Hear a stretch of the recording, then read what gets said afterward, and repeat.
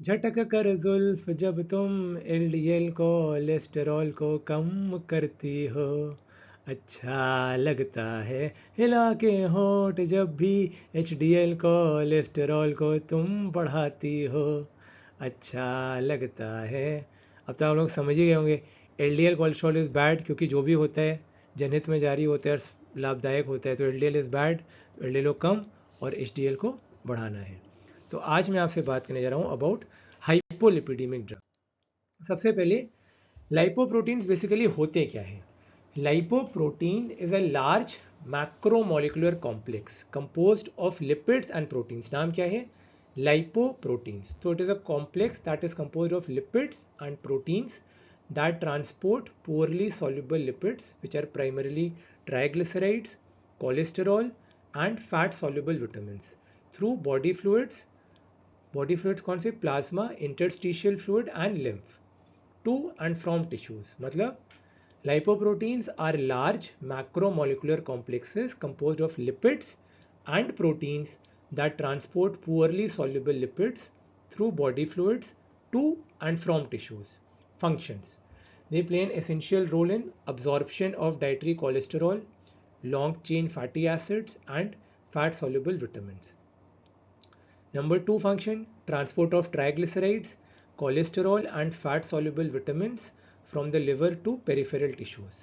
Number 3: transport of cholesterol from peripheral tissues to the liver and intestine. Now structure of a lipoprotein. Lipoprotein का structure basically ये होता है, एक core होती है, inner core of hydrophobic lipids, जिसमें triglycerides and cholesterol asters होते हैं, which is then surrounded by a shell of hydrophilic lipids like phospholipids and esterified cholesterol and proteins which are known as apolipoproteins that interact with body fluids. ठीक है, इसमें आपको clear हो गया वो polar shell की मैं बात कर रहा था, और अंदर का जो कोर है that is a non polar core. Then types and functions of plasma lipoproteins. सबसे पहले लाइपोप्रोटीन क्लास, उसमें क्या लिपिड होता है, उसका सोर्स क्या होता है, फिर उसका फंक्शन क्या होता है। सबसे पहला लाइपोप्रोटीन क्लास नंबर 1 है काइलोमाइक्रॉन्स। काइलोमाइक्रॉन्स में लिपिड जो होता है मेन ट्राइग्लिसराइड होता है। ट्राइग्लिसराइड होता है, it can also be cholesterol ester, but triglyceride is a predominant source diet से। फंक्शन डाइटरी, ऑब्वियसली फंक्शन क्या होगा? Dietary triglyceride transport. काइलोमाइक्रॉन में triglyceride, CT scan chylomicron triglyceride, it will cause dietary triglyceride transport. Then chylomicron remnant में cholesterol ester ज़्यादा होगा। ठीक है, cholesterol ester ज़्यादा होगा, so it will cause dietary cholesterol transport. ठीक, फिर VLDL very low density lipoprotein में predominantly triglyceride, so it will cause endogenous triglyceride transport. फिर इंटरमीडिएट डेंसिटी लाइपोप्रोटीन में कोलेस्टेरॉल एस्टर ज़्यादा होगा, इसमें source of lipid is VLDL, causes transport of cholesterol ester and triglyceride to liver. This is a source of LDL, low density lipoprotein. Then coming on to low density lipoprotein, जिसमें main lipid contained is cholesterol ester. Source of lipid is intermediate density lipoprotein. This transports cholesterol to tissues and liver. LDL basically transport करता है cholesterol को tissues और liver में, और HDL क्यों अच्छा होता है? क्योंकि it removes cholesterol from the tissues. अब यहाँ पर you can see the density and size distribution of the major classes of lipoprotein particles. ठीक है, lipoproteins are classified by density and size which is inversely related.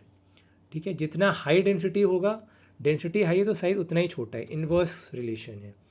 H high density, जितना ज़्यादा dense उतना चुनना size, और we का सबसे बड़ा साइज जो आपको दिख रहा होगा, सबसे बड़ा तो खैर काइलोमाइक्रॉन होगा ऑब्वियसली, बट साइज के हिसाब से अगर आप देख लो तो। फिर एपोलाइपोप्रोटीन्स क्या होते हैं? These are protein components of lipoproteins which provide structural stability to lipoproteins, act as ligands in lipoprotein receptor interactions, act as cofactors in enzymatic processes that regulate lipoprotein metabolism. ApoB is a major structural protein of chylomicrons. ApoB48, VLDLs, very low density lipoprotein, intermediate density lipoproteins, and low density lipoproteins ApoB100. दो pathways होते हैं, exogenous and endogenous lipoprotein metabolic pathway. Exogenous pathway जो होता है वो क्या करता है, basically it transports dietary lipids to the periphery. जो लिपिड्स हमारी बॉडी के होते हैं जो हम पेट से खाते हैं वो पेरिफेरी में डालता है एक्सोजिनस पाथवे, लिपिड्स को पेरिफेरी में और लिवर में डालता है। और जो एंडोजिनस पाथवे होता है वो क्या करता है, वो हेपाटिक लिपिड्स को ट्रांसपोर्ट करता है to the periphery. So endogenous मतलब लिवर के अंदर सिंथेसाइज हो गए हेपाटिक लिपिड्स और वो पेरिफेरी में डल गए, और एक्सोजिनस लिपिड्स जो आपने खाए वो पेरिफेरी में और लिवर में चले गए। ठीक, so this is basically the endogenous pathway of lipoproteins. So liver is the central processing site for lipoprotein metabolism.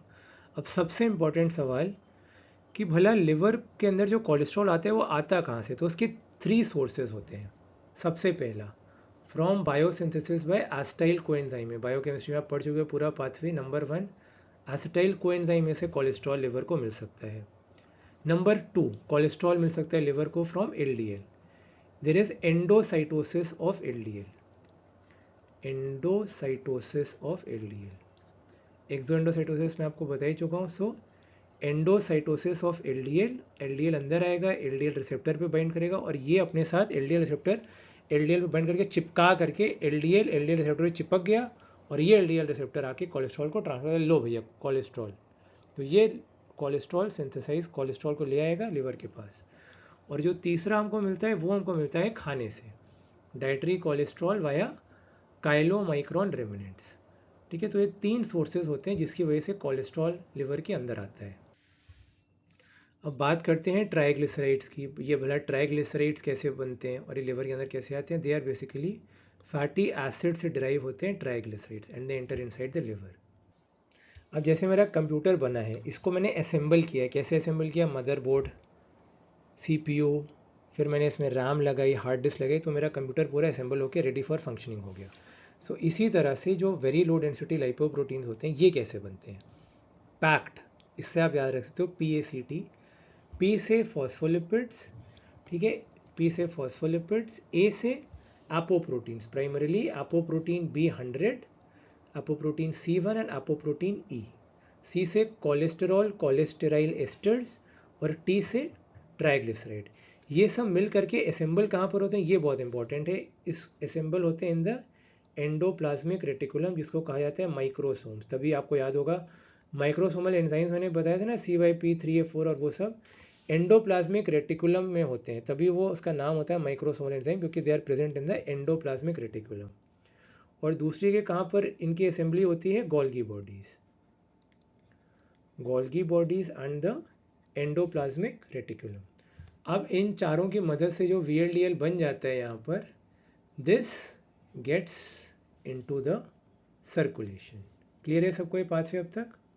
उसके बाद जो स्टेप होता है यहाँ पे आप पढ़ सकते हो, microsomal triglyceride transport protein combines lipids with ApoB100 to form VLDL। ठीक, अब जैसे मैंने आपको बताया था यहाँ पर एक ट्राइग्लिसराइड ट्रांसपोर्ट प्रोटीन की मदद से एपोलाइपोप्रोटीन B100 VLDL पे अटैच हो गया। अब this VLDL formed, this acquires additional triglycerides, और भी ट्राइग्लिसराइड्स अक्वायर करता है before being transfer to Golgi bodies. उसके बाद it is incorporated into the vesicles. अब VLDL बेसिकली क्या करता है, HDL पर आप देख रहे हो ये 2 लाइपोप्रोटीन अटैच्ड हैं, C2 एंड E। तो VLDL HDL से इन दोनों लाइपोप्रोटीन्स को एक्सेप्ट कर लेगा, ठीक है, ले लेगा, और फिर VLDL क्या करेगा, इसको ट्रांसफर कर देगा by the enzyme lipoprotein lipase which is present in the capillary endothelium. इसकी हेल्प से VLDL transports them into the triglycerides for storage in the adipose tissue. ठीक, फिर थोड़ी देर बाद VLDL HDL को जो उसने एपोलाइपोप्रोटीन C2 और E उससे लिया था उसको लौटा देगा। ठीक है,